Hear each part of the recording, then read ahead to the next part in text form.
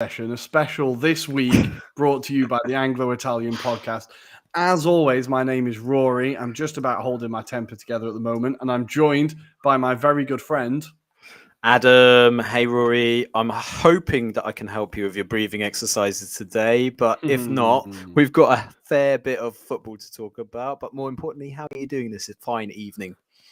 I am not bad, but I will tell you, my mindfulness app that's just called Mindfulness has had a lot of use this morning and across the weekend since Saturday afternoon. Because, it was a bit of an intense weekend. I had to disengage from football for a while. I think Saturday evening, I just left my phone in the other room and was like, let's pretend none of it exists. Because otherwise I'd ruin the evening for the missus and the dog as well, I think. So it was good for me to take a break. How was your weekend, man? Wickham got a decent win in the cup. Yeah, decent win, and it sets us up for a home tie against Morecambe of all people. So a big one. Yeah, big one. But that could be a nice, easy bye to the third round. You never know, Rory, with these kind of ties. But also the crew didn't do too badly, did they? And we were so close. Agonizingly close, weren't they? So typical Derby, pull it out of the bag. But yeah, I was impressed by a few of your players, I have to say. It was insane because Crew were going through a bit of an injury crisis. So we only had 12 fit players. Wow. Okay. And that was a full first team Derby, basically. And we took obviously we sat back and defended very, very well, but we went 2-0 up. It was just when they brought on 4 players, we just had no legs left. And the second they scored one, I was like, okay, we're going to lose now.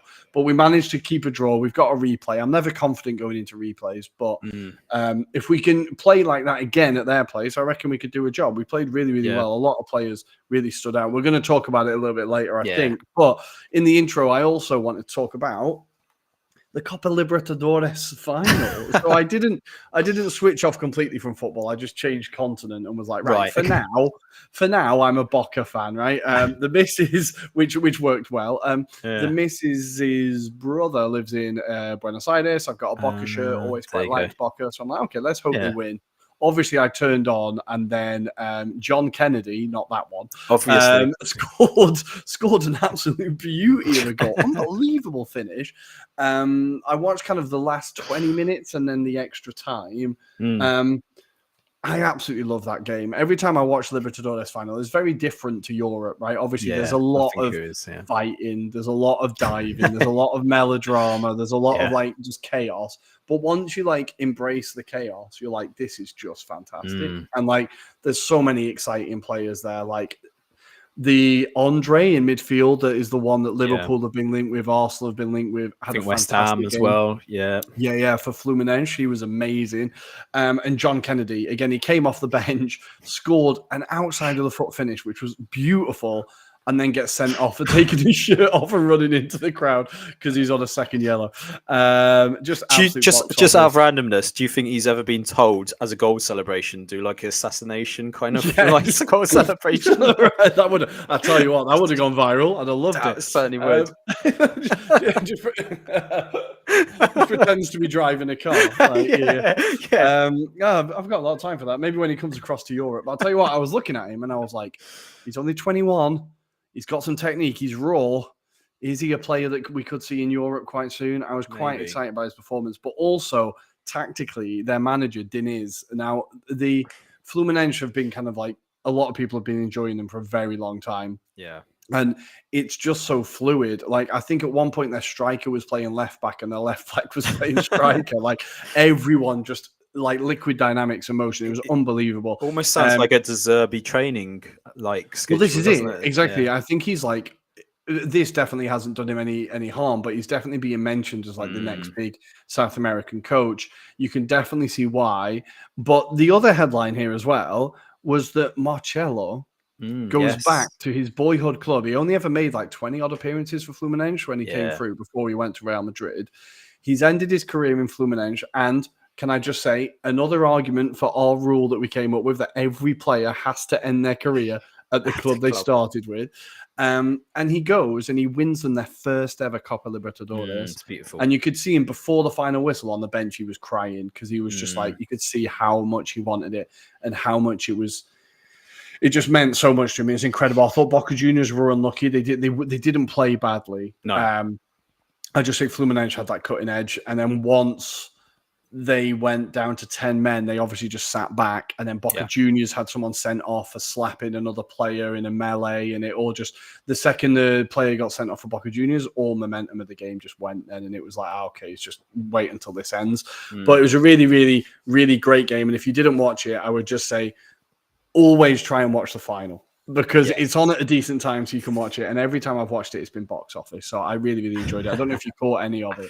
Unfortunately not. No, I didn't really catch any of it. So unfortunately, I can't remember. It was something in between of like a number of things trying to do that evening. But yeah, I need to catch up on the highlights definitely, because all I heard was JF Kennedy jokes taking place on social media. So yeah, pretty much.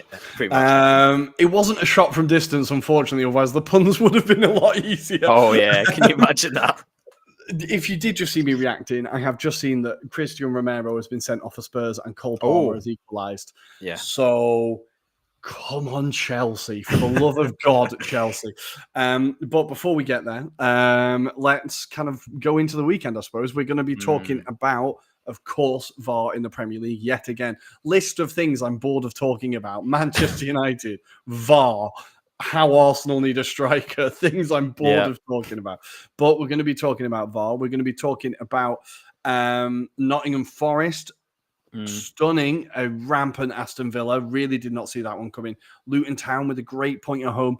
Doku and how he's changed Manchester City. Gary O'Neill shafted by VAR again. And then in Serie A, we'll be talking about, are Juve Inter's main rivals now that Milan have dropped points at home to Udinese? Inter get another win. Juve keep keeping clean sheets.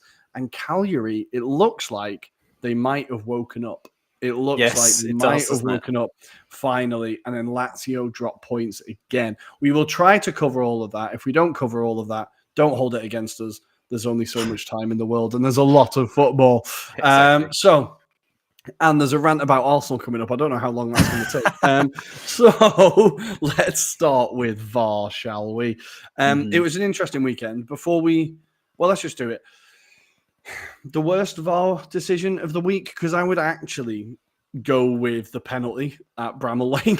Yeah, I think that was far worse. Decision. That was far worse. But we've been saying for a number of weeks, Rory, that VAR, the inconsistencies, the kind of refereeing decisions have been really poor of late. And this was another episode, unfortunately, on Saturday, where not just that game, obviously, but also a number of games over that weekend where they were influenced by various different fractions of VAR or referee indecisions, should we say. And yeah, I agree with you. The biggest call out was that Wolves penalty that was given against them. Again, unfortunately, they've had another incident. And yeah, I mean, Gary O'Neill must be livid. He's lost so many points through VAR indecisions or decisions that have taken place, right? And if that wasn't a team that was struggling, I'm sure there'd be a lot more tension on Pogmol right now around how they're dealing with this situation. But yeah, if I was Gary O'Neill, I would be posting dog shit through Howard Webb's letterbox as we speak. He must be so fucking angry. And you can see him in the post, and he's just going, that's another decision, by the way. That's another penalty. They've not been given penalties. They've had soft penalties against them. And this is it's just this complete lack of quality at the moment and lack of consistency. And a penalty that is a penalty for one thing isn't for another. And it's the same thing. And it's just relentless. And I think, it's great for Sheffield United to get their first win. They were definitely delighted. They knew they just got daylight robbery there. Yeah. But as you said, Wolves, we were tipping to struggle this year. They're lucky that or Pugmol are lucky that there's 3 utterly shite teams in this league, because Wolves could be dragged into that just based on the decisions they've not got. And it's just absolutely incredible. I do have to say the first Sheffield United goal from Cameron Archer, I think it was, was Cameron an absolute Archer, banger of a finish. But Sheffield United definitely did not. I think a point would have been fair, yes, on the grand scheme of things. And the other annoying thing, Rory, is it was a replica of last weekend's decision where, again, in this almost identical place, a penalty is conceived by a Wolves player, which is so strange. It's almost like fate, right? But yeah, you have to feel sorry for Fabio Silva. I mean, he was absolutely in bits at full time. And I feel sorry for him because he knows that cost them the game. Yeah, and he feels like a player. If ever a player needs like a lucky break, He it feels does, like it might be Fabio Silva. Like he came for this big price fee that isn't his fault, and then he's not as good as Football Manager had him down to be. And again, that's not his fault. No. And like nothing's really clicked for him. And it just felt like this might be a big moment for him when he should. I really want it to work out, not just because he looks like he should be in the Ramones, but he really does. I really wanted to go well for him, and you can see just how much it meant to him. And it was really, really disappointing end to that game. Sheffield United fans obviously won't care. Big win for them. It puts them level on points with Burnley, and gives them kind of, I suppose, a breath of life. Like I don't think we'll see them escape the bottom three, but we might see them not finish bottom. Might not be the worst team in the Premier League history as well. Because Burnley exists, and I think they might be the worst. They look horrendous. But we're going to move on with the VAR decisions quite quickly, and we're going to go to another game where I think a point would have been perfectly fair. And of course, we're going to go up to the northeast with Newcastle 1, Arsenal 0. Now, we had a question from Jose, friend of the show, who said, do you think Arteta was justified in his comments after the match? I firstly have to say yes, because I don't think he said anything that's wrong. I don't think he said anything that you could necessarily disagree with. All he said was the decisions that we have seen were a disgrace. Like the decisions are embarrassing to the league. He didn't really, I think he referenced the goal and said it should have been a goal, which I think, again, it shouldn't have been a goal. Sorry, which again, I think he's right. But for me, the worst decision across them all was the Bruno Guimaraes decision. Yeah. And I think when you also have to take into account, this is like accumulation for Mikel Arteta, because usually if he has a complaint about the referee, he doesn't say anything. He just goes, no, I'm not talking about it. I'm not talking about it, because he doesn't want to get fined. In general, he's blamed himself. He's blamed players. He's blamed the performance. He's very rarely blamed the referee, because he just says, I don't want to talk about it. But I was thinking on the way home about all the decisions that he's been in charge for that have just gone against us, that have been atrocious decisions, whether it's Kovacic not getting sent off against Man City, whether it's the offside goal where they didn't draw the lines, or the offside goal where they looked at the wrong person as offside against Brighton, whether it was Martinelli getting sent off twice in the same move for Wolves, and we were told that's the new rule, and it's not been done since. Whether it's David Luiz getting sent off for the Wolves player, it's always against Wolves, kicking him, and he gets sent off and a penalty given. Whether you can just keep racking up these decisions that have gone against Arsenal, and Arteta has been in charge, and I think we're up there with the leaders of teams with the most apologies from PGMOL. So I think this isn't just this one-off. This is an accumulation, and then it's all come to this one game where there was a lot of decisions. And I think, look, Kai Havertz should have been sent off. If the first tackle is a yellow, that second tackle is definitely a second yellow. So they got that wrong as well. But the Bruno Guimaraes one, for me, is absolutely horrific. And for Sky Sports to turn around and be like, oh, they've hit him with the forearm and not the elbow. That's why it's not red. It really doesn't matter. What the fuck are you talking about? What the fuck are you talking about? So you can just... I expect to see Gabriel and Saliba next match just run in and forearm smash someone in the face and go, no, that's fine. No, because you got away with it last week, yeah. It's not even a booking, apparently. You can just go in, hit someone. It wasn't the elbow ref. What the fuck are you talking about? I think how the refs have looked at that, and there's three of the pricks that have done it, looked at it and not acted on it. His head had gone. Bruno's head completely went. It happens every time against Arsenal, by the way. He just loses his head. If he wasn't sent off for that, there was a tackle straight afterwards, and then he pushes one of our players as well.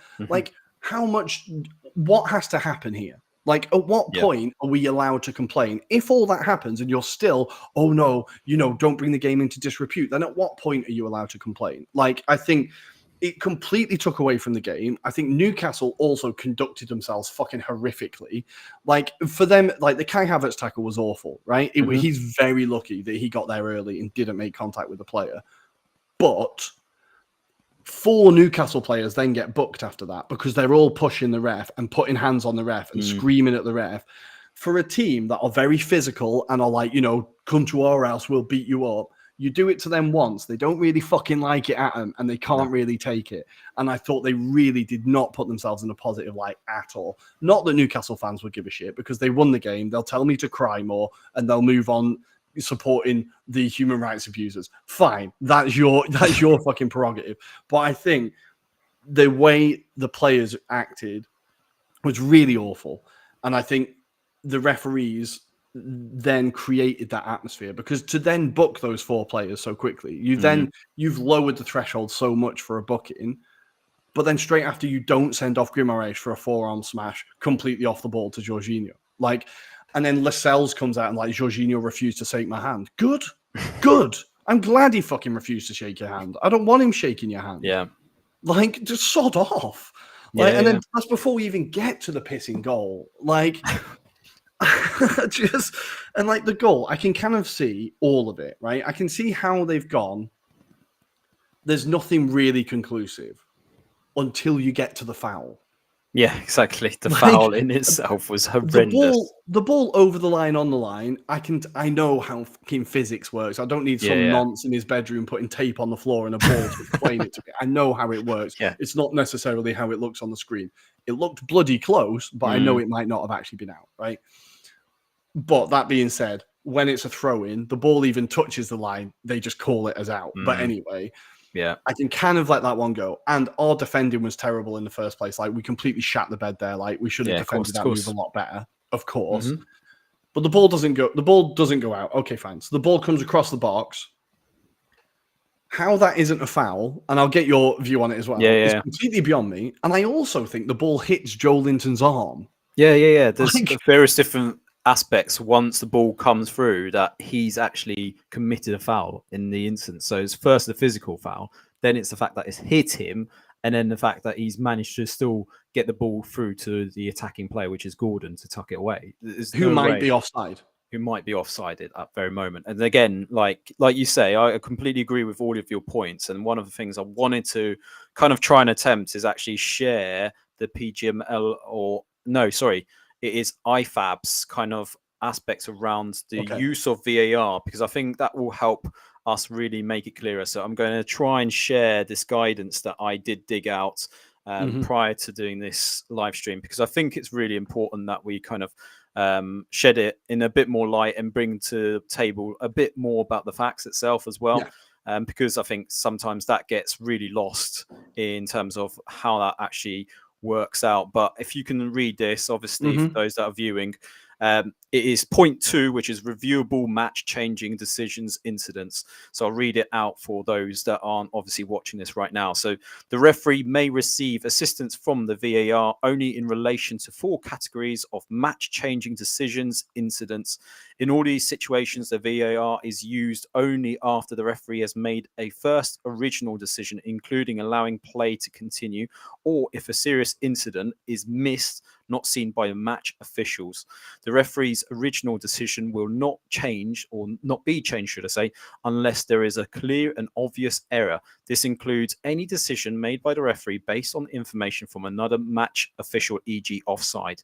The categories for the decision incidents, which may be reviewed in the event of a potential clear and obvious error or serious missed incidents are, and it goes in terms of details, but I think the first one is the big one here, Rory. So it's goal or no goal. So this is something that's been really loosely translated across social media, but I thought let's pull out these kind of bullet points that fit underneath it. So attacking team offence in the build-up or scoring of a goal, handball, foul, offside, etc. All so three, that first please. point All already three, covered please. in that first point. Second point, ball out of play prior to the goal. Again, that's another one, right? Then you've got goal, no goal decision. And then the final bullet point says offence by goalkeeper or kicker at the taking of a penalty kick or encroachment by an attacking or defender who becomes directly involved in the play if the penalty kick rebounds from a goalpost, crossbar, or goalkeeper. So, Rory, on that incident alone, we've got a situation whereby the rules clearly state what should have happened, what should have been reviewed. And although they kind of showed it, I, for the love of money, don't know where they didn't see first the foul, the build up to this incident, the handball, and the fact that offside potentially plays a part. But for two of them, there's a rationale to say that should have been no goal and it should have been back to play. Yeah. But I mean, it's bonkers. And you're in a sport where goals, it's not basketball, right? You're not scoring every 3 minutes, 4 minutes. A goal absolutely massively changes a game always. Like it's the cliche, like the first goal really matters, right? Yeah. Because it completely changes the tide of the game. And I think from that point, I think Arteta coached us incredibly well. We played very well. That stadium opened up, the atmosphere was loud. You thought, okay, this could be difficult. And we just quietened it right down. And we were half an hour in and the place was dead. And I thought, perfect. We've done a perfect job. Now, obviously, at that point, Kai Havertz decides to be a hero and liven the place up a bit. Fine. But I still think we were managing the game very well. We got to halftime at 0-0 and we're like, okay, yeah, let's solidify. Maybe we can nick one. But I honestly think Arteta was coaching a 0-0 there. He was like, right, let's just get a point out of this place. Nobody's beaten them here since us. Like, this is not an easy place to go.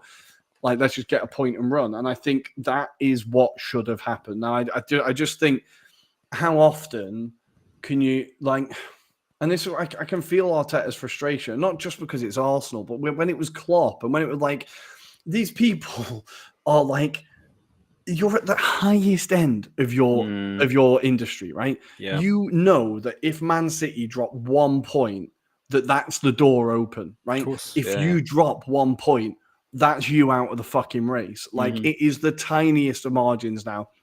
And you can do everything within your power, but then ultimately it can just be taken away just by sheer incompetence. Yeah. And it's just, at what point there has to be an improvement, or at least from PGMOL, a willingness to accept that there needs to be improvement. Because they're giving this illusion of, oh, we're giving you transparency. No, you're fucking not. You've got a show with Michael Owen that's no one's watching because it's Michael Owen. There's a reason why they've put him hosting that show, because he'll turn away viewers. Who the frig is watching a show with Michael Owen and Howard Webb? I'd honestly rather watch Paint Dry. Like, I'm not watching it. It's terrible, yeah. I can only imagine. I'm never going to watch it. At least put someone with bloody charisma on it. But that's not transparency. That's you deciding what transparency you're going to give. If you wanted to, you could do what the NFL do. Just turn on the microphones. Yeah. The whole fucking stadium hears what you're saying. You could just do that like that. That could be done, right? You could release transcripts after the game. You could release all the recordings for nonces like us that would sit and listen to it all, if you know what I mean. Well, yeah. But like, if you wanted to be transparent, you could easily do it. So they don't want to be transparent. They don't want to address the issues. And when someone does finally turn around and say there's an issue, the whole of football and football fans as well just turn around and go, oh, stop complaining. It's only because you've lost. When Liverpool did it, there were so many idiots online that didn't realize that Liverpool were doing it to improve it for fucking everybody. Yeah, they were doing it. They weren't doing it to get the replay. Jurgen Klopp knew he was never going to get a fucking replay. No. He didn't want a replay. What he wanted was to flex a bit and be like, you have to do something about this. Something has to be done. And what happened? Now they brought a new procedure where they have to repeat the decision. So they go goal, goal, goal. Cool, done.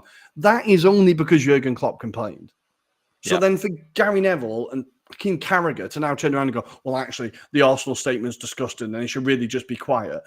That is never how things change, whether it's politics, whether it's sport, whether it's in your country, whatever. Just shutting up and pretending it's fine doesn't change anything. No. Like, I just think we've been absolutely piled on today, Arsenal, and Arteta's been absolutely piled on. And I think in general, I know a lot of fans don't like him who aren't Arsenal fans, and a lot of refs don't like him because he takes the piss out of them with the like and all that. Yeah, they don't fucking like him, But I think he's actually pretty reasonable in press conferences. I think he takes responsibility. I don't think he goes pointing the finger at anyone else. And for him to have done it at this point, I actually think means quite a lot. And it's actually a sign of how fucking terrible it was. Like, I'm going to be quiet now, but how did you see it? I mean, I kind of reflect what you would have said anyway, but I think, because of Arteta and the way he has random outbursts on the sidelines or, just in general, I think that tarnishes what this situation has become. So therefore, there's always going to be that kind of aspect of, Arteta does this quite frequently. He has outbursts, and therefore I think that tarnishes this kind of stance. And again, Klopp is kind of seen as a very arrogant and sometimes miserable kind of guy, especially when he moans about situations and decisions that go against him. And again, he's kind of just like brushed under that kind of same kind of remit that, don't worry, they don't know what they're talking about, etc. But they are, like you say, I think the Liverpool incident was the first starting point.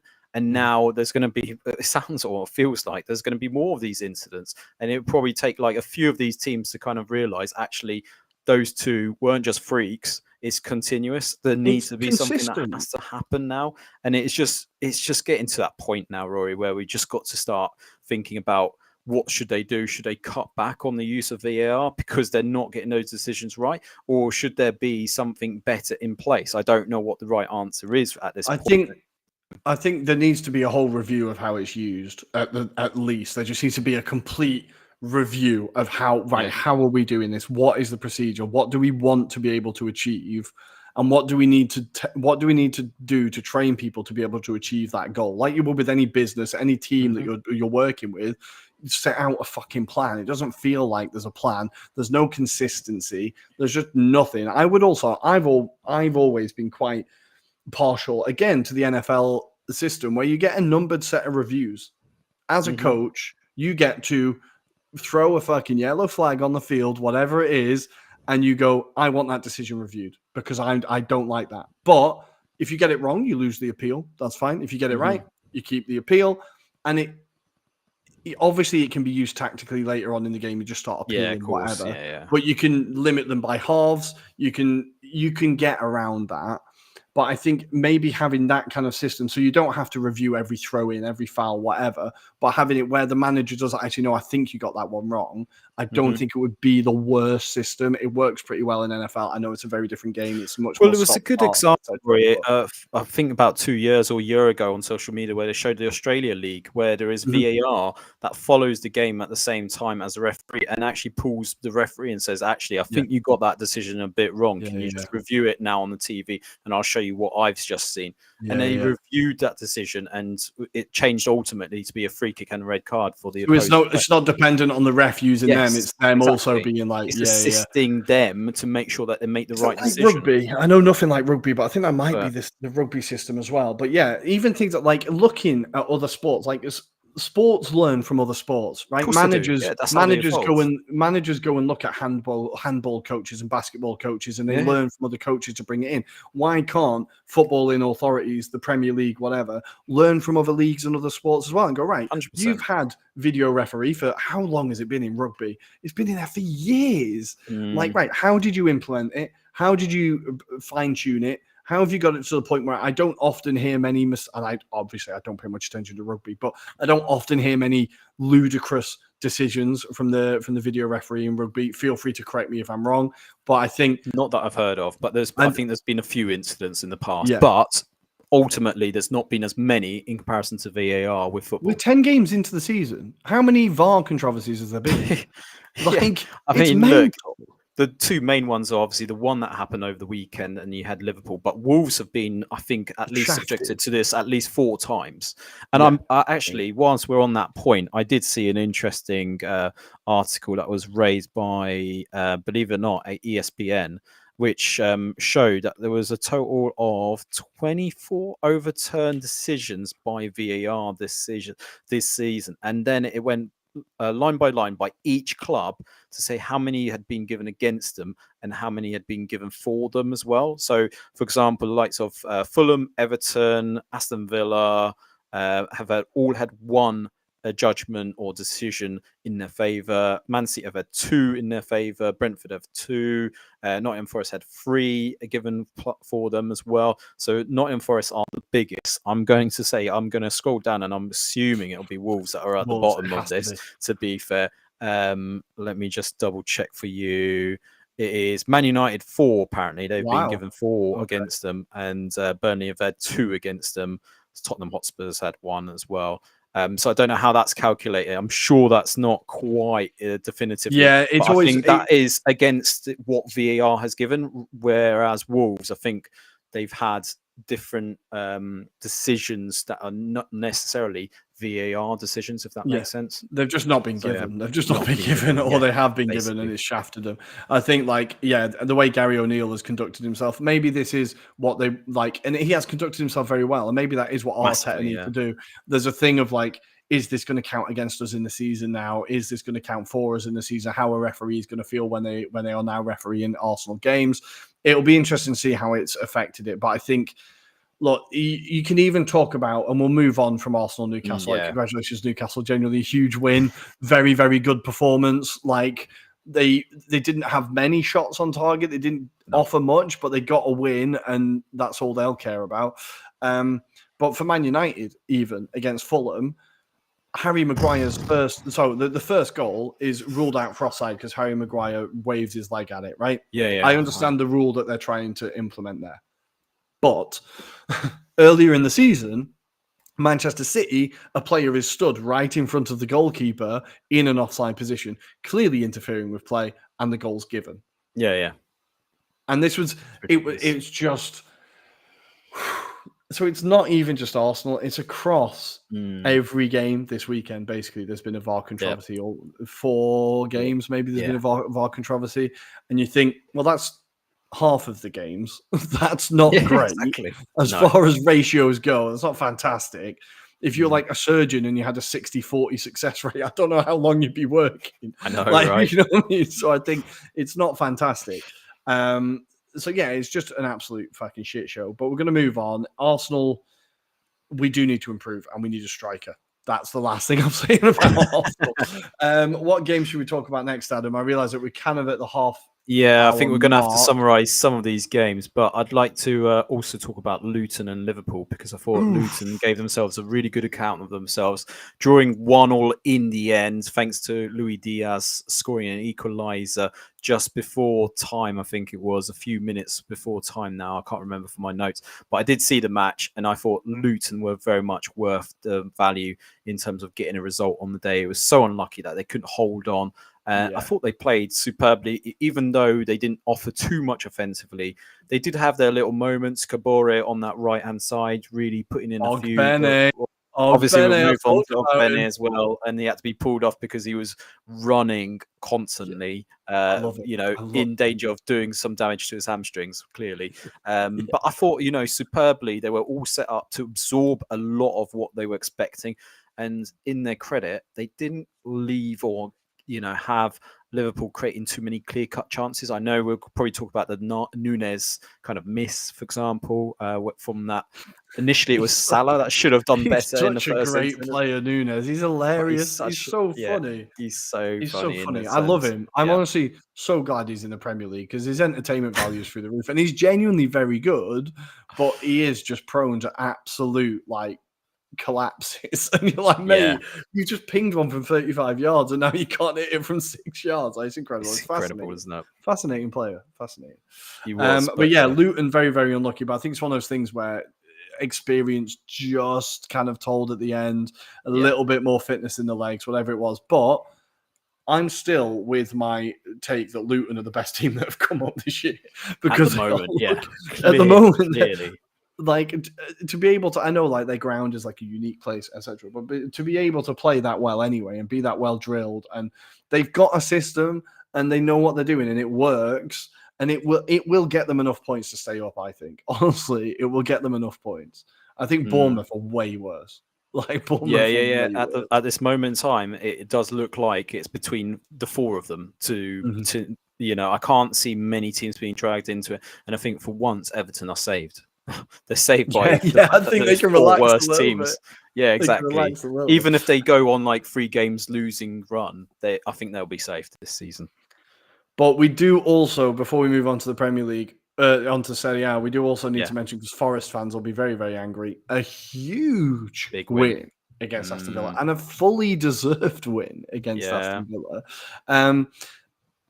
They are like their home record is very good. Forest, we know this. They are steadily improving. I do like Sangare in the midfield. I think he adds a little bit of quality. He's raised the level a little bit, and I think even like Murillo in defense as well has been very good since he's come into the team. I know the Forest fans really. I was about to say Notts Forest. I did just say it.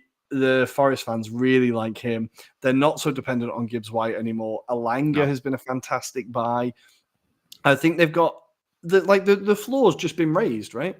Yeah, definitely. I think Steve Cooper was always a manager that can bring different kind of variations of, I think, tactics, and I think he found a way to play against Aston Villa.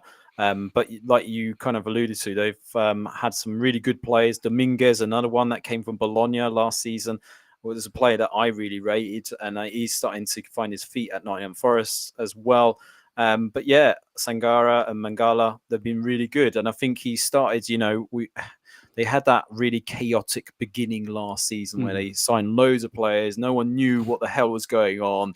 They're joking about how many he had to have to brief in the changing rooms. And I'm glad that they've found some rhythm. I think what they need to do now is try and work out the consistency to bring it into those away games and try and get those big foil like teams, if that makes sense. I think that's where they kind of go missing sometimes, is when they go to these away games, so that your Man Cities, etc. So I mean, look, Man United, they proved earlier in the season they can score away from home. They can do it as well. Unfortunately, it just seems to crumble. They seem to crumble away from home, and ultimately that's the thing that's going to cost them.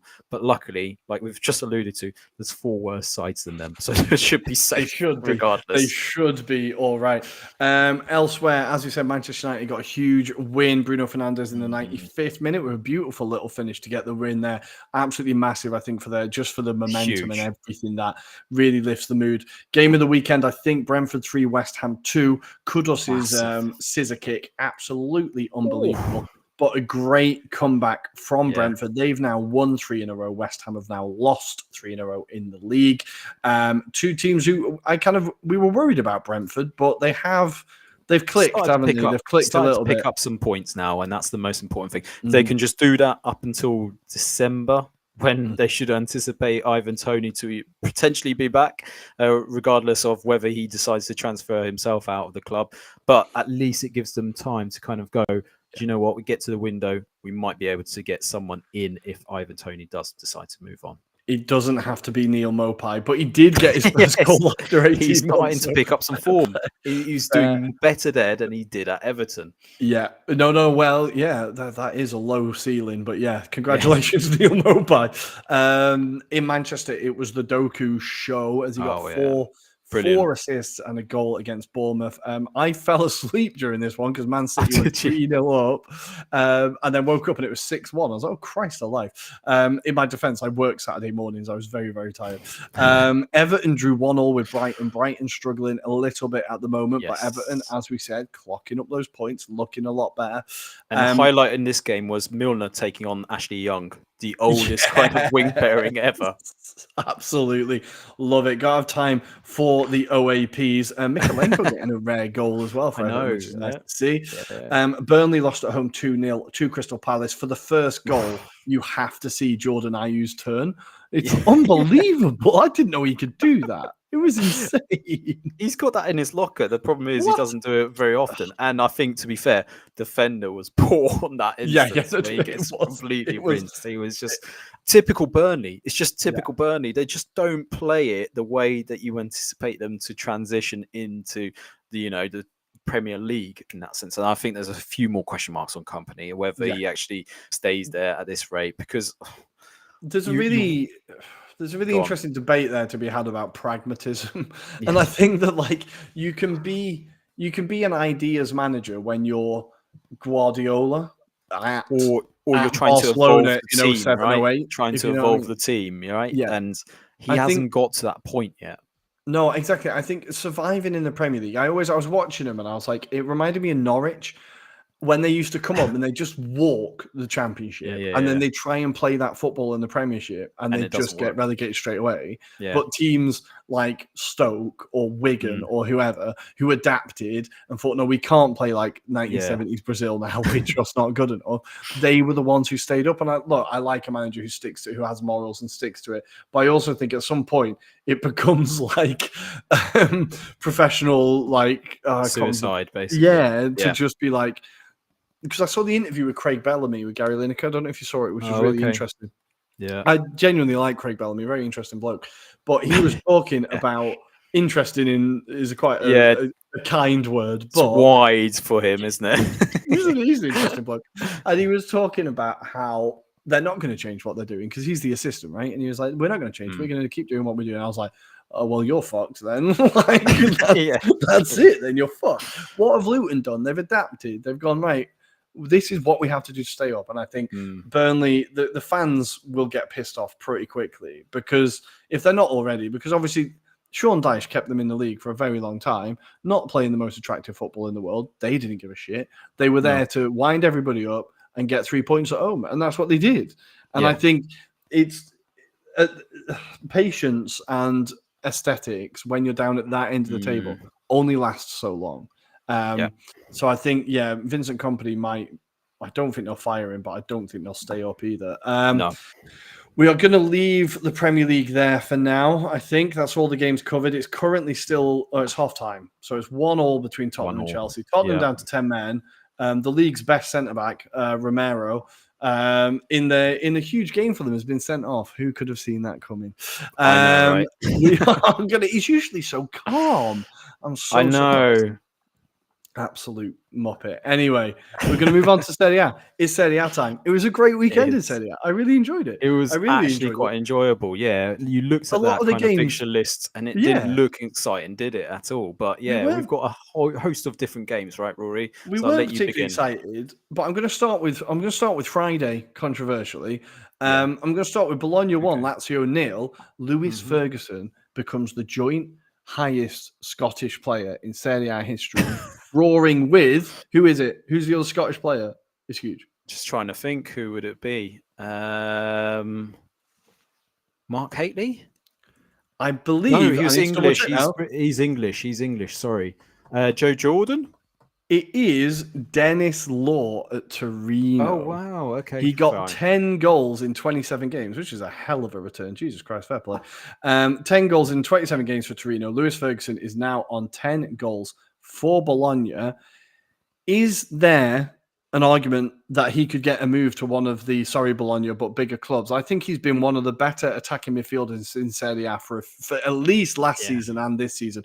I had him in fantasy last year, so I was keeping an eye on his career. He was getting me a lot of points. Yeah. And I think he's really been incredible. I've been so impressed by Lewis Ferguson ever since he kind of came over to Bologna, making that bold move at the time. I've just been endowed by how he's progressing and he's becoming better. And don't forget, this was a player that was deemed not good enough for Rangers. So Rangers fans always like to rub in that salt to that kind of decision making. But ultimately, I'm with you. I mean, I'm surprised some of the bigger Serie A clubs haven't decided to take a punt on him, especially for example, AC Milan. I mean, he could do so much for them right now. But I think we have to give credit to Thiago Motta as well, because the way that he's got them playing and just a bit more consistently as well. And if you look at the form table, Rory, they currently would lie in 6th position because that's how good they've been recently. They've gone on an unbeaten run of 10 games, which I'd 11 games completely. Now. 11 games and they've now. kept 1, 2, 3, 4, 5, 6 clean sheets in that time. Mm-hmm. It is incredible the work he's doing there. They had a really tough start to the season, so they've already played Milan at home, Juve away, then they played Napoli at home, they played Inter away, and then they had Lazio at home. They've had a bloody rough start to the season, and for them to still be in 6th, and as you said, 11 games unbeaten, not lost since the first game of the season against Milan. It's incredible. It's absolutely incredible. So I think, it is 10 games. You're right, 10 games. So I think it's just we had been back in Bologna for a decent season, and I think it's good to see it happening. I think Thiago Motta already, the rumours in Milan on the Inter side are, if Simone Inzaghi ever moves on, we would quite like a homecoming for Thiago Motta. I don't think it's impossible. I think they could be talking to him already. I think that happens, but it could be via another club at this rate, because I don't know if Thiago Motta stays at Bologna if there's another position. Let's say, I'd hate this to happen, but PSG or someone like that please don't do that. Yeah, I hope he doesn't. It's interesting because I think Bologna, they've got a bit of a project going, haven't they? And that, like, it's a young team, it's an exciting team, and I think there's a chance for him to build something there. I think if they get Europe this year, which I think they could do, then he'll definitely stay for the year in Europe and be like, no, I've earned this. I need to take exactly. that on that trip. I think it would be their first time in Europe since God knows when, if ever. For a long time, So I think it would be amazing, but really, really great for them. Great for playing fantastic football. Orsolini again, just delightful. Lazio, my God, it's going to be a long season for them. I know these Scudetto hopefuls are not. I don't remember saying that. I don't remember saying that. But yeah, it's looking horrendous, isn't it, at the moment for Lazio? I don't really know what to make of them, and this has been summed up by just the way Sarri manages them at the moment, and I despair sometimes. I don't know which Lazio side decides to turn up half the time, but it must be a pain in the ass for their supporters right now, because they're aspiring to be in that top half. There's no way they're going to be in the top 4 at the end of the season as it currently stands. No. I don't see how they turn it around. But Rory, do you think that could force the hands of Lotito and maybe make a move to move out Sarri? I mean, would you, if you were in his hands? I mean, I don't know. I mean, also, I look at it from another point of view of, it sounds like Lotito's made a lot of those signings, which Sarri doesn't necessarily agree with. Right? He came out and said, I don't want these players, I want these players. he wanted Zielinski, he wanted the others that he wanted. He was fairly open about it, if anything, too open about it. So I think, like, no, that it's only Sarri's fault up and to an extent. I think it is, Lotito is like De Laurentiis. He's like any club owner in Italy or in general. It's all about them, ego. Really, if you know what I mean. And I think, look, like Lazio, if they were to move him on, my first question would be, well, who do you get beyond Thiago Motta, who I'm not sure if he takes it? Who do you get? Who do you bring in? I think Sarri is still the best manager that Lazio could realistically get. And you just give him time, he will get you there. But I do still feel like there's they just can't score goals. Like, they've only scored 13 goals this season and have conceded 13. So their goal difference is, like, they're defending not terribly. Like, conceding 13 goals in 11 games isn't bad. It's not horrendous, great, but it's just the way that they're not as offensive as they were last season, right? They're not taking as many chances. They seem to be very sloppy in the middle of the park as well, to be fair, Rory. And then I think I want to say they've got the Derby Capitale this weekend coming up as well. So huge game. I mean, obviously they've got Feyenoord in between that for the Champions League. We forget about the Champions League taking place tomorrow as well. But yeah, you've got Derby Capitale, big, massive game. And Roma are just scoring goals for fun at the moment. They're scoring late goals as well. They are having great fun. Should we go to Rome next then and talk Let's about... Let's do that. The emotional Lukaku. Yeah, Lecce were very, very close. Again, they were so unlucky. Kristovic getting the goal. It's Almqvist. Almqvist getting the goal, having a very good season for Lecce. It was a great performance. I think, look, I wasn't quite sure how Roma hadn't scored, I'll be honest, because they had so many chances. Oh, yeah. And Falcone, little clever, like, kind of dink over the defender as well. That was beautiful. But go on, Falcone. No, Falcone is the next keeper to be keeping an eye out on, because he made some very big saves. Saved a terrible penalty from Lukaku. It was a terrible penalty. I think he takes the most horrendous penalty kicks ever. Lukaku. I would not trust him. No, I'd have Cristante on penalties over him every day of the week. But I think Falcone kept them in the game, but Roma kept going. What really stood out to me as well is how much of a better team Roma are with Dybala on the pitch. I know it might sound obvious, but my God, that guy is good. And the creativity he brings and just the the speed of thought, the speed on the a bit of ball, like verve, isn't nothing's it? slow, right? Yeah, massively. He just brings a bit of personality to that attacking lineup. You know, you feel like things are going to play off, Something whether will it's happen. more Yeah. like a creative side or whether it be him running onto ball and trying to latch on to make it a goal, right? There's always something about Dybala. So, yeah, I'm 100% with you. Dybala makes things more exciting for Roma. But then that is the problem. He's just got the injury-prone aspect And to his game. this is kind of why he's not at Juve anymore, and it's why he's not at Real Madrid or why he's not at Man City, if you know what I mean, because he has got the quality. He's unbelievable. Massively. He's just not got the availability. But I think, look, unbelievable performance from him. Everything went through him. Roma were looking like they were doing everything they could to score, and it just wasn't happening. And then the player, I think this is the player that when he turned up, Mourinho was like, there's a reason why we're getting him, like, because he's not that good, if you know what I mean. And he kind of turned it. He was like dissing him before he even came into the club. But what a bullet header. Sardar Azmoun, incredible header to put it into the back of the net. A great cross from Zalewski as well. Really just pinpoint. 91st minute. And then you thought, oh, okay, right, they'll get a point. They deserve it. They definitely deserve 3, but they'll get a point. And then Lukaku, we have to talk about how well he's doing at Roma. He is doing pretty well.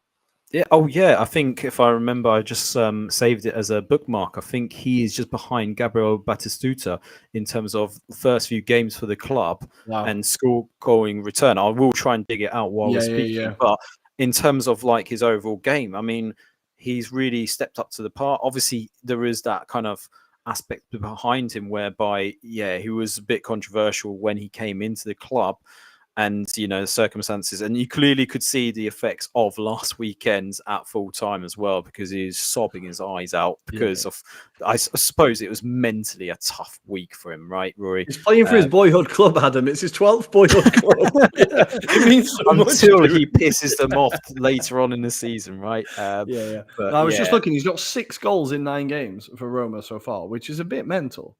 It is absolutely incredible for return for him. That is just beautiful. He's playing for that contract. I can't find his bloody tweet that I had. But anyway.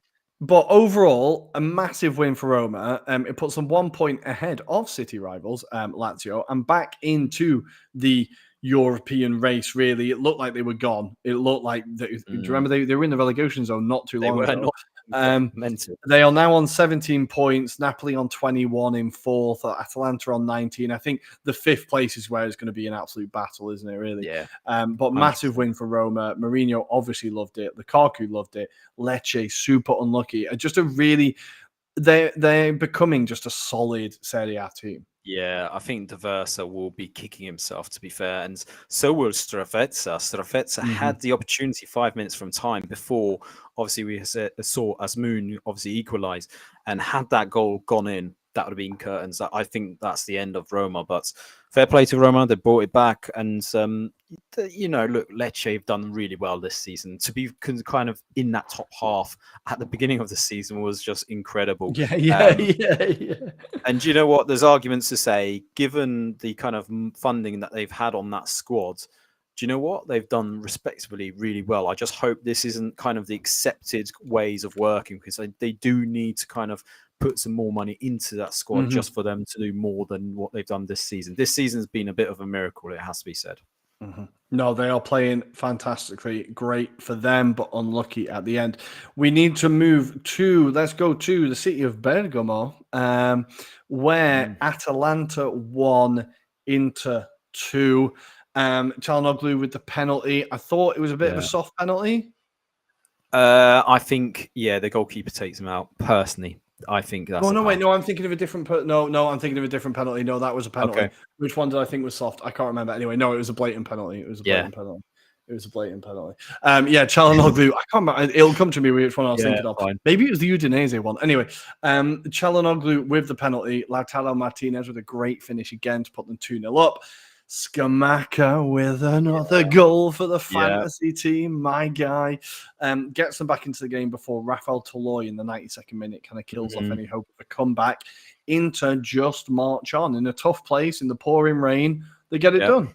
They get it done. It was a really tough game, to be fair. And I think best quote I saw was Uncle Sharma quoting MMA fighting against Inter, basically, because some of the tackles were rough and brutal. But you know what? That's a big test. They've come out of it. They've got that win as well. I think maybe last season they struggled with those kind of games. I think they would have struggled. But there's such a camaraderie behind them, Rory. They've done really well. And it sets them perfectly for the Derby d'Italia, doesn't it? Because that's round the corner. And does that mean we move on to that Juventus and Fiorentina? We need to. game? I just quickly want to give some flowers to Lautaro Martinez, who scored 12 goals. The last player to do that in Inter's first 11 games was Antonio Valentin Angelillo in 1958-59, who got 19 goals in 11 games, which is utterly mental. And Lewis Ferguson matching the highest goal-scoring Scotsman. Hakan Çalhanoğlu has joined Shukru Gulashin on 36 goals as the highest Turkish scorer in Serie A history this weekend. He scored 10 out of 10 penalties in Serie A, only fewer than Lukaku, who's got 14 out of 14, 14 out of 15, I think that is, among who never failed a penalty in the period. Absolutely incredible stuff. Great performance from Inter, and it just keeps them at the top of the league, just keeps them there. Yeah. And keeping Juve within arm's distance. Atalanta, I think they'll feel like they should have got a point, I think. But I don't think they would have really been expecting a win there. So move on to the next one. But here we go. We need to go to it. As I've christened him online, Ruganavaro has stepped into the Juve defense. And since he started starting games, there we go. Juve haven't conceded a single goal. 6 clean sheets in a row. Another 1-0. A goal difference of 11. Well, that's quite high, to be fair. They've scored 17, only conceded 6 goals. That's utterly mental. And they're on 26 points. 4 wins in a row. Adam, they are in the title race. Why do I put myself through these games? I don't know why. I didn't think it was that bad. But... It wasn't horrendous, but it's Juventus. And they did what they had to, right, Rory? They got the clean sheet. They got the win. They took an early goal. They defended for their lives. Bremer had a very good game. Yep. I thought Chiesa had 2 mazy runs, which I thought he was very unselfish, trying to lay off the likes of Moses Kane. And I can't remember who he did the other through ball to. And he should have shot, personally. I think if he takes a shot, he scores. Do you know what? On the balance of play, Juventus had the better of the two. I think Fiorentina, for all the intricate kind of passing, and I mentioned it in the review for this game, Barak and Artur played quite well, but there was very much a reliance on Nico Gonzalez to come in off that left-hand side. He was and cause very problems. good, but he can't Very do it all. good, and he caused Kostic so many issues. I was surprised Kostic didn't get an early yellow card, to be fair. In the second half, Vincenzo Italiano kind of brings off Barak, brings on Bonaventura. Bonaventura has a few shots on goal. Even Anzolo has been brought on the 46-minute mark, but he can't really do anything because the balls are kind of put into the box for someone to be a target man to header it into the back of the net. And Zolo, he can kind of do that, but that's not his natural game. And unfortunately, when you've got, no offense, but centre-backs like Gatti and Bremer, they're going to head it off for as much as they like. And like you say, Roganavo, he's going to just swallow it up. And if you haven't got that, then you got Wojciech Szczesny, who has been very consistent. He's been very good. He made a great save. The free kick save at the end was a very, very good save. I think just defensively, they're fantastic. And I think it helps when you've got like 8 players in your defense. But I think what I thought was the highest compliment I can give them is the second they scored the first goal, I was like, oh, okay, well, that's the game done then. Yeah, and that was in like the 30th minute or whatever they scored. It was like the 10th minute. Miretti gets the ball from Kostic, and that was it. And Totoreciano should possibly do better, right? I think there's a bit of a shock that it's come through that quickly, for example. But there's other question marks here, Rory, about Vincenzo Italiano. That's the 3rd game now they've gone defeated. They just don't seem to be able to change their style of football. This is probably the reason why Napoli didn't decide to make him their manager, to be fair, because they just don't seem to change their style very often. They don't seem to. And Italiano, I remember last season, we were in a similar period where it looked like he was dragging them down the table rather than climbing up. It was only that second half of the season where they kind of brought it back, right? And yeah, they had a very slow start to the like season last similar season. kind of spate of form at the moment. So I think they're waiting to get into December so they can try and see if there's anyone out there that can maybe springboard their season at the moment. But it didn't look too pretty. I mean, yeah, you could have given Fiorentina the ball for until midnight, and I don't think they score a goal because There just wasn't that spark, was there? And Zola is weird because Italiano has coached him at Spezia as well, and he's coached him at a lot of previous clubs, and it just doesn't seem to be clicking at the moment. And again, another striker I've got on my Fantacalcio, I could really do with him doing something, but he's just not looking quite at it. I was talking to a mate the other night, and we were kind of comparing him to Simi. Just because he had that one incredible season in Serie A, disappeared. But I think Nzola actually had more than that. I think that's being quite disrespectful to him. He had a few good seasons in Serie A. It's just not quite clicking at Fiorentina yet. We've got a comment from Alessandro that did make me laugh. Chiesa's heat map was looking like Paredes.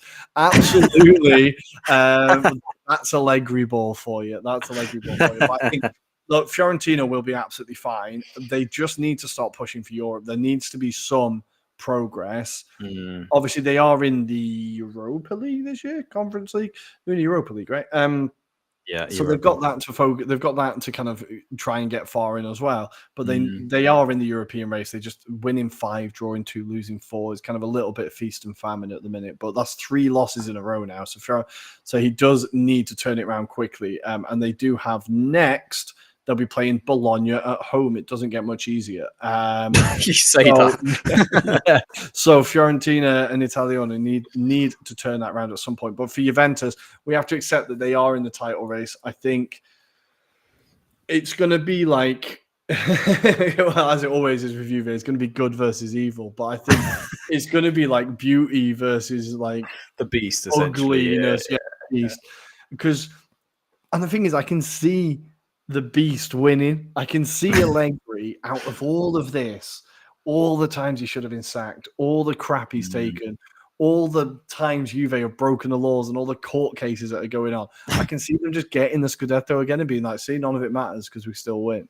Like, yeah, exactly. They are going to prove such a big test for Inter.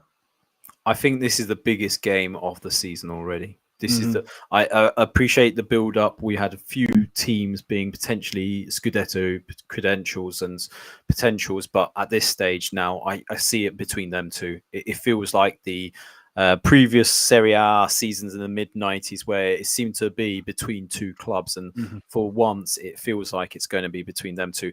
That game in a few weeks' time in the Derby d'Italia could be a massive one, and I suspect it will go down to moments. It's going to go down to who can create those special moments. And like, look, Juventus is going to play their usual game. They're not going to change their style. I don't see them being able to like change it for a specific, game. Why change it? Why change anything? Exactly. It's a winning formula, right? So why do you need to change it?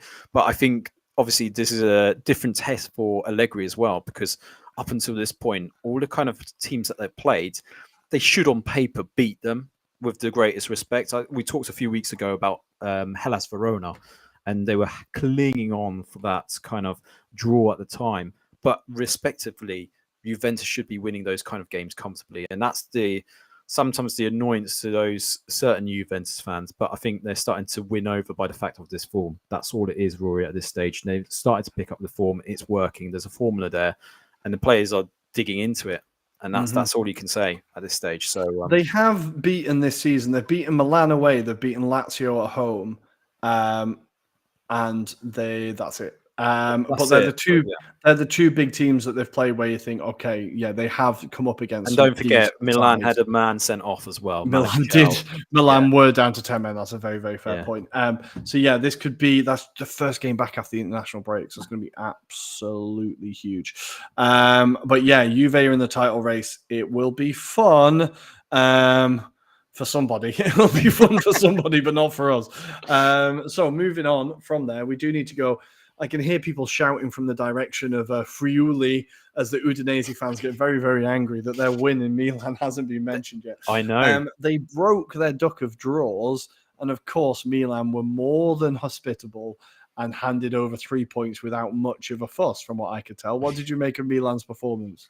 Terrible again. There was a few bright sparks, I suppose. Calabria doing his usual kind of performance, but there was nothing spectacular about this at all. Reinders had another awful game, it has to be said. But there was a chance where he should have done well. He should have done better. He seems to do this weekly, though, now, Rory. I think that I seem to remember there was a counter-attack against Napoli where he's through with both Leao and Giroud, and then both cursing at him for not passing the ball at the right moment.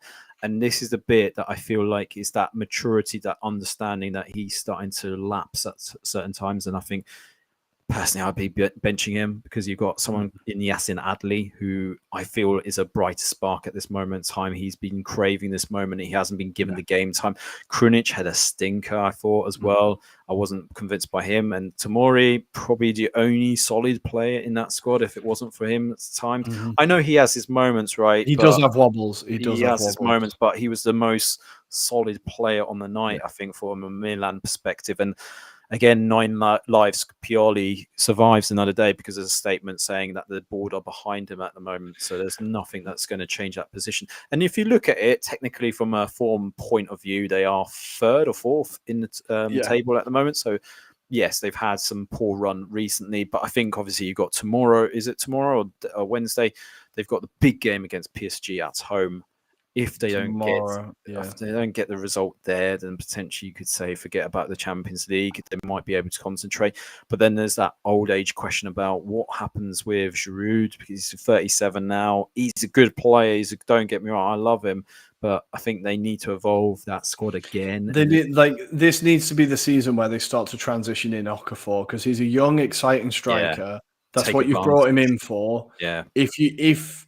If you want to trust in this process, if you want to carry this through, he needs to be starting games. And then if it doesn't work, you bring on the 37-year-old. I think you need to start getting minutes in that guy's legs. You can't just rely on Giroud to be your main striker. Like as prolific as he is at times when he's on a run, like I think you have to try and use this as like, well, these players need minutes in their legs now. And Yassin Adli has been very, very impressive when he's come in. He will be starting for me as well. We do also have to say, and I kind of forgot that he existed, and then I saw it online somewhere today. They are missing Benacer, who is head and shoulders their best midfielder. He is their best midfielder. He's the metronome in that midfield. He keeps everything going. I think the sooner he comes back, the much more solid this team will look. Within seconds of him coming back. So I think they are missing that, but we're being very generous to them because it was a terrible performance. It was, again, 100%. If Rafa Leao doesn't do anything, then nobody does anything. And I think Rafa Leao, already I've seen in the papers today contract talk, like rumors about his contract, rumors about Maignan contract. And these stories always come out after a big defeat, obviously. But there are a few things in that changing room that do need tying up and do need resolving or deciding. And if the form does continue to slide, then agents don't hang around, if you know what I mean. Players don't hang around. And January's just around the corner. So I think Milan, look, maybe we're overreacting from a 1-0 loss at home to Udinese, but there's now 3 losses in a row. On that point of Maignan, though, I think there's been a lot made of him recently, his injury crisis as well. If you're Milan, would you sell him in January transfer window if a bid comes through? I think you've got, if you're offering me 60, 70 million, I'd be tempted. Purely because you need a keeper that's there every day of the season. And otherwise, you end up having to pay for 2 keepers, and you only do that if you're Arteta out of choice, right? I think, if you came with 70, I'm going to stick an extra 10 on 70, 80 million. I'd be tempted, but that's because he's in the last 2 years of his contract. If it's me, I'd say 60 to 50 with a sell-on clause. Done. Done. Okay. Personally, he's a fantastic keeper. He is a fantastic keeper. He is good, but he's just that inconsistency. I think he's never there. His injuries are starting to play on them as well, because every time he's out of the squad, it's that instability at the back, it feels like, and they haven't been able to get a suitable replacement or someone up and coming, really, to kind of. Well, it's difficult to convince a keeper to sit on the bench. You know what I mean? Even if you're exciting young keeper, that's it's this thing difficult. though. For a club like that, you always have your experienced goalkeeper, and you always have someone that you trust in. At this moment in time, Man Utd is their trusted one, but obviously just the fact that he's not there half the time, he's costing them so many points by the fact that he's not there, and that's not his fault. I appreciate that, but it's just starting to grind, I think, on Milan now. Yeah, it's pretty big. Well, this means that AC Milan have lost 2 home games in a row without scoring for the first time since September 2012. Who was in charge, Adam? September 2012, really good at no goals. You have to remind me what that question was because it broke up. AC Milan have lost 2 home games in a row without scoring for the first time since 2012. Who was the manager? He's really good at not having goals in his games. Oh, 2012. Can't remember now. Go on, you break the news. Allegri. He's really good at no goals in games. Yeah. Allegri. AC Milan are the second team after Verona, against which Roberto Pereira, we're going to give Udinese their flowers. Roberto Pereira has been involved in at least 1 goal for 4 matches in a row. He's absolutely got Milan's number. The other, 2 goals and 2 assists against the Rossoneri now. Udinese, we said to them, you just need to score 1 more than the opposition. That's all you need to do. Just get 1 more goal. They did it. They did it. Now, this was a soft penalty, though. I do think it was a soft This was penalty. possibly the softest of all of them, to be fair, this weekend. But look, they got more than a draw, Rory. That's going to help them out this season. And Gabriel Joffi definitely stays in the role for at least the rest of the season as it currently stands. So, good. And for a bit more Irish love, Festi Ebosele was absolutely fantastic in this game. And he is getting... He's in my fantasy team, and all the players in my league laughed at me for being like, what the hell are you signing that guy for? I said, he's going to play every minute this season, and you're all going to turn around to him and be like, oh, fair play. And I've already got messages being like, yeah, no, fair play. He's absolutely fantastic. He's playing every minute for them. It's fantastic for Ireland. It's fantastic for him. I couldn't be happier for him. And I thought he was unbelievable this game. He was one of the best. He was one of the best performers, and as well as Samardzic, if they can keep hold of him. If they can keep hold of him, that changes their season completely if they can keep hold of him, because he just raises the level so much. I thought Isaac's success should have scored another. He should have scored another. Similar to his Watford days, doesn't it? To be fair, he's never quite there. He should be sued for false advertising or whatever, because he's not quite there. But he's very, very, very, very close. But a huge win for Udinese, the first win in freaking forever. And it does bring them out of the relegation zone. They are now on 10 points, 4 draws, and a win in their last 5. Absolutely massive. Just so happy for them, honestly, because they're a bit of a weird team, right? They never really do much. Last year, it looked like they were going to do something, and then the second half of the season was fucking terrible. Next, I've got Atalanta at home. That's going to be a tough one as well. That is a toughie. But good. Next up, we need to talk about, I think, the last game we're going to talk about. Yeah, maybe? I think so at this rate. Salernitana 0, Napoli 2. I only wanted to talk about this for one reason. On Twitter, our performance of the week, I decided to nominate my favourite. It's a little bit biased, but I still think he was worthy of it. Anguissa. I think it's the first time we've seen him this season, and it's been like, there's last year's Anguissa. Yes, yeah, very much so. I mean, he was pulling all the strings. I think it wasn't that hard because Salernitana didn't really offer too much. Pretty accommodating. And I think the best player for Salernitana was Ochoa. I think he made some incredible saves. I mean, bringing back the years again, this was from last season's Ochoa that saved him in the league, essentially. But yeah, he was rested for a few games, wasn't he? And then he's been brought back out. And if it wasn't for him, I think the scoreline is greater than just 2-0, Rory. But fantastic goal by Raspadori as well. Fantastic. And Elmas was a beautiful finish. Raspadori been absolutely huge for Napoli this season. I was watching the highlights, and I did think, because I'm not convinced by Meret at all. I think he was really good when he had a great defense in front of him. And I was thinking, should these teams swap goalkeeper? Like, would Napoli be in a better position if they had Ochoa in goals? I don't think it's the most ridiculous thing to say, honestly. I know Ochoa is like, Do you know what? That would be the perfect goalkeeper for Milan as well, to be fair. Yeah, bring him in and just you'll get a game every so often, mate, and you'll be playing. Yeah, that's not a massive shout. But yeah, I was super impressed with Ochoa. Meret looked a bit shaky at times, even in this game when Salernitana offered sod all. He still had a few moments. I'm like, I think you need to upgrade in the goalkeeper department. But a great win for Napoli, quietly going about their business. But they have released a statement today, a very short statement. There was stories in the papers that apparently Rudy Garcia had not taken training and he was not in charge of the team anymore. And Napoli have just very shortly said, no, he led every single session yesterday. They called out the papers by name and the TV channels that reported it and just said, you're not right. So they've kind of put that one to bed. So they also seem to be sticking with Garcia. But he is kind of turning it around. Yeah, I would say there's a degree, but I think there's also been a bit more of the players coming together. And, after that Osimhen kind of debacle, I think that kind of was where they started to grind out results. And I think they're playing a bit more for the shirt because they're starting to realize that they're not the Napoli of old.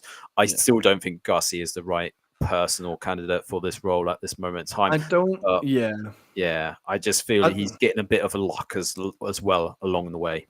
Oh, undoubtedly, and Yeah. I think but he has done very well considering that he was at the point where Osimhen was calling him out on the pitch and Kvara was calling him out on the pitch. Oh, yeah, of course they were. To come back from that, where it looked like he was gone, like he'd lost the change room, and when we were talking to, I can't remember who it was we had on now. Maybe it was Fede Falco. I can't remember. They were saying that Rudy Garcia is very good at creating that team spirit and very good at like gelling teams. It's the tactics where he kind of falls down a little bit. So I think you do have to give him credit that he seems to have turned it around a little bit and been like, okay, no, we're all like us versus them or whatever it is, right? But he is getting much more out of them now. They have had a fairly kind run of fixtures. Like they've not had any games that have been, well, they got the 2-2 against Milan, but they've had some fixtures that they should definitely win. I'm looking like Verona away and like, so they've had a few more games that are a bit winnable and they've got Empoli at home next. So that should be a home win. Perfectly timed that one. But yeah, just a slight doff of the cap to Garcia for kind of clinging onto power in that job. Very much so. He must be calling Pioli regularly, being like, mate, how do you do this? How do you hold so tight? Just give me a tip. Yeah, exactly. But, guys, we do also have bloody FA Cup. We haven't even done the FA Cup. No, I know. Cup round super quickly. There's some big results in terms of replays, it has to be said here, Rory, because Charlton were held by Craze. I've forgotten their surname now. Cray Valley Paper Mills. Cray Valley Paper Mills, that's it. So that was a fantastic result for them because they took it to Charlton as well. From what I saw, I didn't see this match in its entirety, but I did see the highlights, and they did give Charlton a run for their money. But we also saw a replay for Slough Town. They drew at home to Grimsby Town. A fantastic free kick by Scott Davis, who's also coached down there, someone that I know personally as well, and he did superbly in this match. I'm just trying to dig out the other results because I do recall some of the games that I did say to look out for didn't turn out that way. So, for example, Oxford United winning 2-0 against Maidenhead. That was one result. We also saw Bolton Wanderers winning 4-0 at home to Solihull Moors. I'm still waiting for this to load up, so I'm doing this off the top of my head. By the way, we have got. I will give you a hand. There was Altrincham 7, Swindon 4. Aldershot 7, and this was away at Swindon Town. So Swindon Town, who have got Charlie Austin up front, and they lost horrendously in this match. So 7-4 on the day. Incredible. But Rory, what about Crewe as well? Moments away from getting a result against Derby County. We were fantastic defensively. I really like the manager we've got, Lee Bell. Just very, very quickly, played for the club for years, bit of a club legend. has coached the under-18s, coached the under-21s, came through and coached the first team. And what he's done, we still play very nice football at times, but we're also super fucking pragmatic and super like backs to the wall. We've got to do the basics. You've got to run your bollocks off. You've got to know your position, and you've got to graft. And that's exactly what we did. There were so many players yesterday that really stood out to me. Joe White on loan from Newcastle was fantastic. Luke Offord, who's been the club captain for years, centre back, really, really good. And a signing that when we signed him, I was like, who the hell is this guy? Mickey Demetriou from Newport. We got him for free. Yeah, I remember him. He scored something like 6 goals for us this season. He's been amazing from centre back. And he's just added leadership. He's added experience. He's just like, it feels like Lee Bell's really built a team, a squad here. And there's something really good happening. There's a lot of quality in the squad that isn't necessarily League Two. I think like Shiloh Tracy is definitely a League One player. Chris Long is definitely a League One Championship player. He's just is injured quite a lot. That's why he's at Crew, but he's been fantastic for us. And I think there's a really good team building there. And this performance was just really, really good. Elliot Nevitt with a great finish to get the second.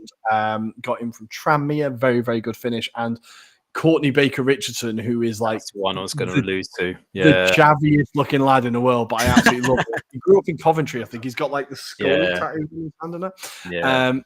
He just bangs goals all the time. And it was a great cross from the last name I'm going to say is Rio Adebisi, who plays wing back for us. He's another player to keep an eye on. I think he's going to be the next one from the Alex that probably moves on.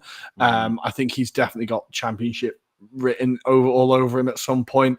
It was a great ball from him for Baker Richardson to put away. We just ran out of legs at the end. Like I said, 12 fit players and a load of academy lads on the pit on the bench. I think Lee Bell was just like, what can I do here, boys? Just please hold on. The keeper should have done better for the first, but oh well, it happens. It happens. We will go back to Pride Park or whatever it is, the baseball ground. Which one is it?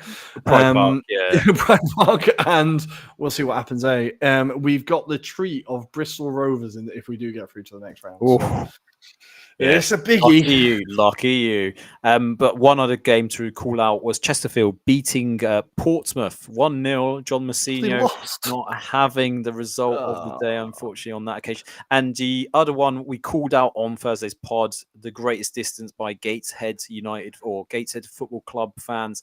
They lost 3-2 to Yeovil Town, unfortunately. So better luck next time, perhaps. Oh, that's a long journey. And I did see a video from Mansfield Town where some nonce was calling out James McLean. I saw that. Giving him sectarian abuse, which is always lovely to see after all these years. Nobody's learned anything. So that was depressing. But I did see James. I love James McLean. I know a lot of people don't like him. I fucking love him. I did see him basically calling him out for a fight after the match. And I was like, yes, mate, let's go. Like, why not? But depressing stuff. But guys, thank you. We've managed to squeeze it all in. We said there was a lot of football. There was a lot of football. There was. And my rant was about 20 minutes of this, so I apologize. But thank you for joining us. If you did enjoy it, even if you didn't, it doesn't take much. Just hit like and subscribe, and we'll never bother you again. We will see you on Friday for our show, reviewing all the Champions League football and previewing next weekend. Adam, anything to say before I send them off? No, beautiful. And keep an eye on the Champions League, which we'll reflect on Thursday pod as well. We will be there. You can find us on Twitter at Italian Anglo Pod, on Instagram at Anglo-Italian Pod, and on TikTok at Anglo-Italian Pod. Thank you very much for joining, guys. A dopo. Ciao.